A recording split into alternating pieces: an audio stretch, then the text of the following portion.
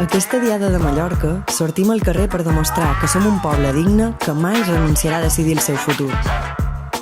Sortim al carrer per construir sobiranies que ens permetin avançar cap a una societat més democràtica i justa, on la vida de les persones es situï al centre de la política.